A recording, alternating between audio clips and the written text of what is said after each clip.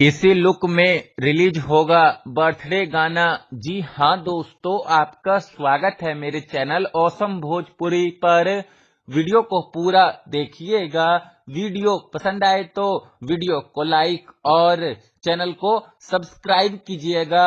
दोस्तों, पवन सिंह का जन्मदिन आने में बस एक सप्ताह का समय रह गया है।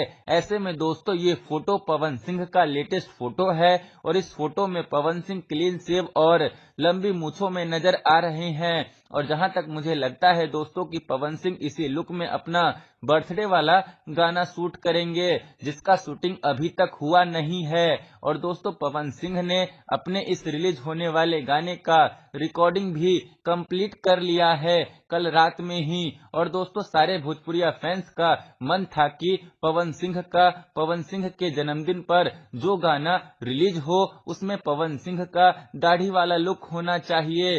पर अफसोस की बात है दोस्तों कि पवन सिंह के जन्मदिन पर जो गाना रिलीज होने वाला है उसमें पवन सिंह का दाढ़ी वाला लुक नहीं होगा। खैर, इस पर आप क्या सोचते हैं कमेंट करके जरूर बताइएगा।